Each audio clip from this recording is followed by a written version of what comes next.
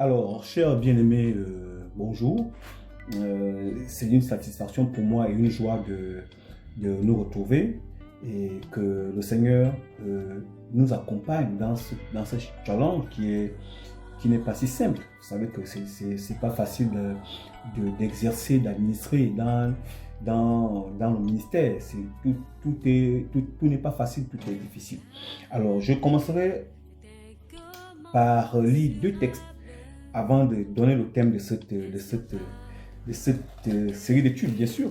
Je vais commencer par lire le texte d'Apocalypse, chapitre 22, verset 16. Moi, Jésus, j'ai envoyé mon ange pour vous attester ces choses dans les églises. Je suis le rejeton de la postérité de David, l'étoile brillante du matin. Alors, Psaume 45, verset 3. Tu es le plus beau des fils de l'homme. La grâce est répandue sur tes lèvres. C'est pourquoi Dieu t'a béni pour toujours. Ces deux textes, ils sont une pensée, un thème que j'ai dégagé et que j'ai intitulé « Se distinguer et être une source et une référence ». Vous savez, le Seigneur est décrit comme un Dieu extraordinaire, splendide, magnificent, glorieux. Et ces distinctions sont tellement, superlatifs que là, nous avons pris un texte dans l'Apocalypse qui nous révèle que le Seigneur est l'étoile brillante du matin. Quand on sait qu'il y a beaucoup d'étoiles dans le ciel, mais il se distingue par son éclat. C'est l'étoile brillante du matin. Et il se distingue par sa beauté. Donc, il est magnificent, il est brillant, il est splendide, il est glorieux. Et ceci fait partie, parmi s'il y a des dieux, entre griffes, mais ce Dieu est différent de tous les dieux. Vous savez, sur la terre, nous sommes, la référence, nous sommes le repère, nous sommes la source, nous sommes de Christ et nous sommes le reflet de Dieu.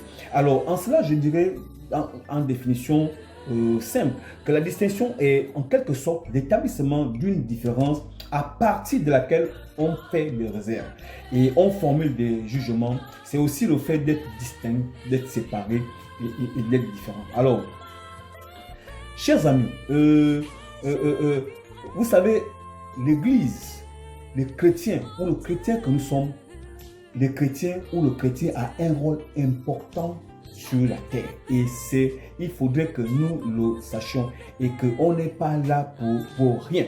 Et sachant que nous n'appartenons pas à ce monde. Nous sommes dans le monde, mais nous n'appartenons pas au monde. Et c'est pourquoi le terme église est bien défini. En disant ecclés qui vient d'ecclésia, du grec, qui veut dire or appelé hors de. Donc, ek qui veut dire hors de, et ecclésis qui veut dire appel, donc appelé hors. Et l'église biblique est une assemblée de ceux qui ont répondu à l'appel du Seigneur et qui se trouvent en étroite communion fraternelle. Et l'église du Seigneur est aussi une race élue. Comme le dit dans le livre de, je crois, 1 Pierre chapitre 2, verset 9, il dit ceci. Vous, au contraire, vous êtes une race élue, un sacerdoce royal, une nation sainte, un peuple acquis, afin que vous annonciez les vertus de celui qui vous a appelé des ténèbres à son admirable lumière. Alors, je vais donner un peu les objectifs de cette série d'études. C'est justement pour que le royaume de Dieu soit annoncé et rappeler à tous les fils de Dieu le rôle primordial qui est le leur. Et de révéler, d'annoncer les vertus de celui qui nous a appelés des ténèbres à son admirable lumière. Sachant que nous ne sommes pas du monde. Nous n'appartenons pas, mais nous sommes quand même dans le monde. Et que le Seigneur dit que nous sommes le sel de la terre. Vous lirez dans le livre de Matthieu. Hein. Et ceci est très important. Le Seigneur dit quelque chose dans le livre de Jean, chapitre 9, chapitre 17, verset 9. Il dit ceci. C'est pour eux que je prie. Je ne prie pas pour le monde, mais pour ceux que tu m'as donnés parce qu'ils sont à toi. Verset 15 au verset 16. Il dit ceci. Je ne te prie pas des autorités du monde, mais de les préserver du mal. Ils ne sont pas du monde comme moi, je ne suis pas du monde. Sanctifie-les par ta vérité, ta parole est la vérité.